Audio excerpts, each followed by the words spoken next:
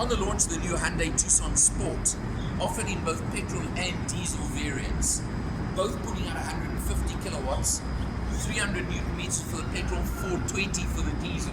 You can see the front spoiler, the extra front spoiler at the bottom.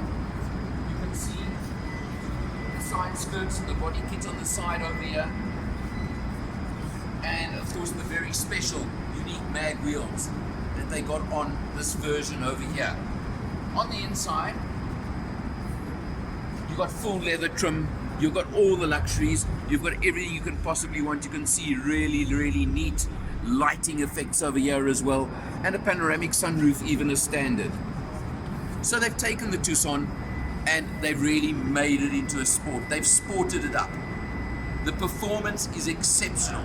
The response, accelerator response on the petrol version, unreal. The diesel version maybe a little bit more sedate.